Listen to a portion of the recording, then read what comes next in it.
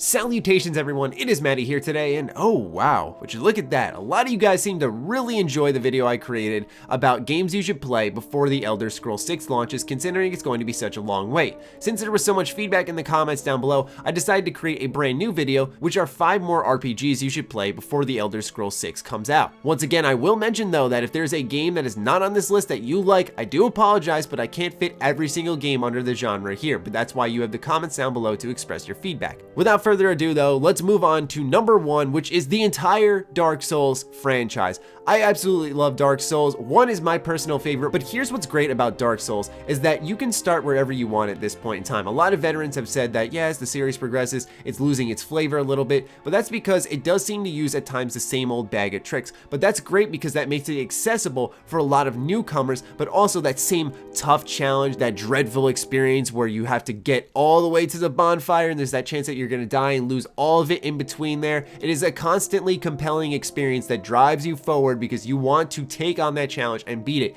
Yes, there are times you are going to get frustrated. Of course, that's a given with incredibly difficult games, but the fun is through learning the challenge, learning the patterns, and mastering this title. It's not a game that holds your hand, it's a game that lets you go right off the get-go and dive deep right into its universe. The reason you should probably start with Dark Souls 1 though is considering the fact that there is a underlying, incredibly vague yet strangely complex story going on in the Souls universe that's up to player discovery, and it's very fun to piece everything together and just see how far it goes. Obviously, the Souls franchise is known for its exquisite boss fights. That is no shortcoming whatsoever in any of these franchises, and on top of that, it has a epic score that when the boss fight ensues, you are instantly yanked into the experience and start fighting for your life. But on the other hand, it knows when to turn off the music, where a lot of times when you're just exploring, it's dead quiet. It's nothing but you and your footsteps and the slashing of whatever weapon you're using. It's gripping in that way, where you're not constantly listening to something in the background, but instead environmental sounds, cues, to get the drop on enemies, where you're using not just your eyes, but your ears, all possible senses that you can use in games. Anyway, the Souls franchise is fantastic and I cannot recommend it enough if you're looking for a good challenge with a ton of longevity, especially with its new game plus. And moving on to number 2, which is a game that I felt bad for including because I talk about it so much on my channel personally, but I also didn't expect so many newcomers for that list video, but I could not resist it a second time through. Knights of the Old Republic. Oh man. Oh my. I am biased, but I do think this is the greatest video game ever created. It has everything going for it. It has Star Wars, it has character creation, it has a compelling RPG story, choices that have consequence, excellent written companions, strategy-focused combat that really keeps you thinking, music that doesn't leech off of the original scores from the movies, but instead creates something of its own, and also it's just standalone in general. But it's not just good because it's a Star Wars game, it's good because it's an incredible RPG. Build who you want, be who you want, see how the story turns out for you. I have constantly recommended this game on my channel for years and years and years, and every single week I have someone new thanking me for introducing him to this franchise. If this is a series you have not played, do yourself a favor. You can buy it on an Xbox and play it on 360 backwards compatible. You can buy it on your Android tablet, your iPad, your iPhone. You can play this game practically wherever, as well as the PC. It also helps that KOTOR 2 has aged phenomenally, where when you engage in that story, although it ends on a cliffhanger for the canceled KOTOR 3, it is still one of the best RPGs in the sense of sitting in that gray area where it doesn't let you know if you've made a good choice or a bad choice, and it lets the player decide based off how they feel if that decision was the right thing to do. Out of every game I've mentioned on both these lists, Knights of the Old Republic is the best one I can recommend for you guys. Sure, it's not up the alley of the fantasy role-playing games I've been trying to focus on for this mini-series, but still, KOTOR is a fantastic RPG that will suck hours out of you time and time again. And no, I do not recommend the MMO. Just play Knights of the Old Republic if you're looking for a good RPG.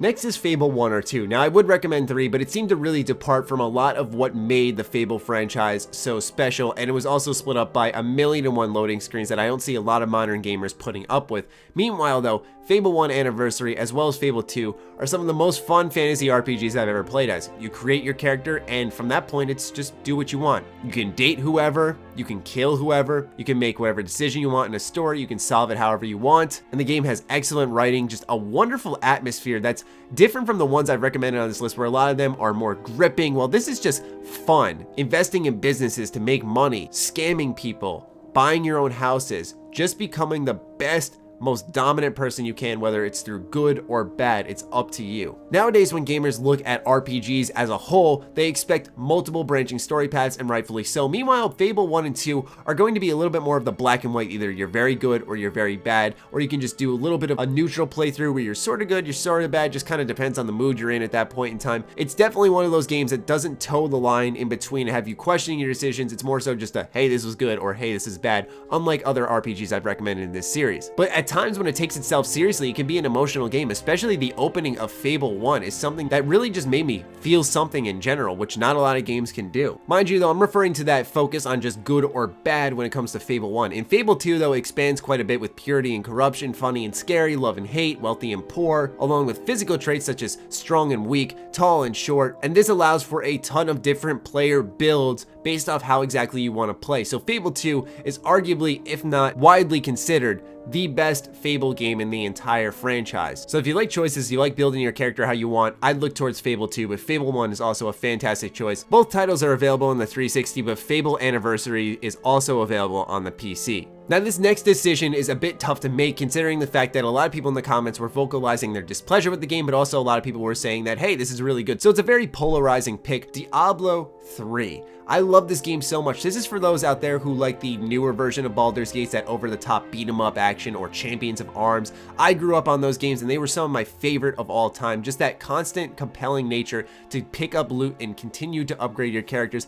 But there's something different about Diablo 3. You pick a class in the beginning, and that class is used to set up multiple branching gameplay choices, such as what powers you're going to use and the passive skills under those powers, passive skills in general, as well as constantly picking every piece of armor that'll also give you unique buffs, impact your skills, or give you unique abilities of your own. The game is highly customizable for the type of genre it's in. It's 4-player co-op that you can hop on with a bunch of buddies and just get to slaying demons. Diablo 3 has excellent pacing when it comes to its gameplay mechanics, where you're constantly leveling up. Then once you hit 70, you're like, okay, I'm capped out, I'm done. But they're like, no, we got this Paragon system, which continues a leveling up process in a unique way. Then you have the Kanai Cube on top of the legacy armor sets that each character has. It just keeps on building. And then the Reaper of Souls edition really makes things an even better game, where you will have companion quests, as well as a bigger focus on dialogue, interaction, and just a breath of fresh air from the constant demon slaying you're doing throughout the majority of the title. It's a game that you'll find yourself doing a playthrough again and again and again with either the same class, and I'm repeating that process with a brand new class.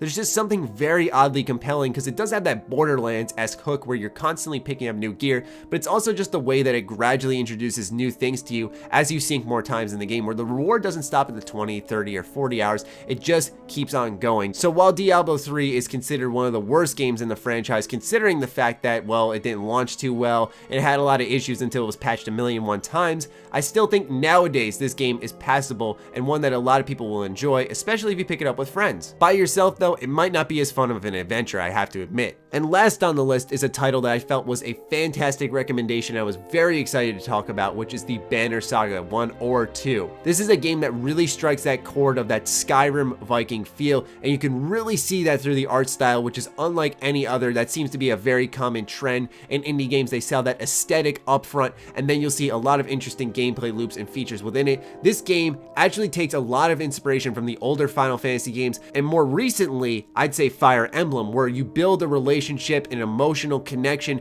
with the game's characters and shape the outcome of the story. But it also has that Fire Emblem feel where, yes, while you're connected to these companions, that if they die in combat and you lose the battle, that they are gone for good, or at least there's a chance that can happen. This is one of those games that's so good, I almost don't want to talk too much about it, because I get the feeling that it's just best, like any game on this list today, that you experience it on your own. This game was created by a team of developers who formerly worked at BioWare and left in order to create something that they really enjoyed. And I'm actually impressed, because they were working on the Old Republic, which I think doesn't have the best gameplay loops in my opinion. So to see them create something as wonderful as the Banner Saga is actually quite impressive. But as I was talking about earlier, that Disney film art style on top of a soundtrack that just tickles those eardrums of yours with beauty and grace. The Banner Saga is all around a wonderful, replayable, engaging, heartbreaking role-playing title that I cannot suggest to you guys enough. So thank you all so much for all of your wonderful recommendations. I hope that these RPGs suffice a lot better than the previous list I created for all of you. If there's more games you want to suggest, then be sure to leave them in the comments down below. There could be a third entry to this series if I see the interest is still there.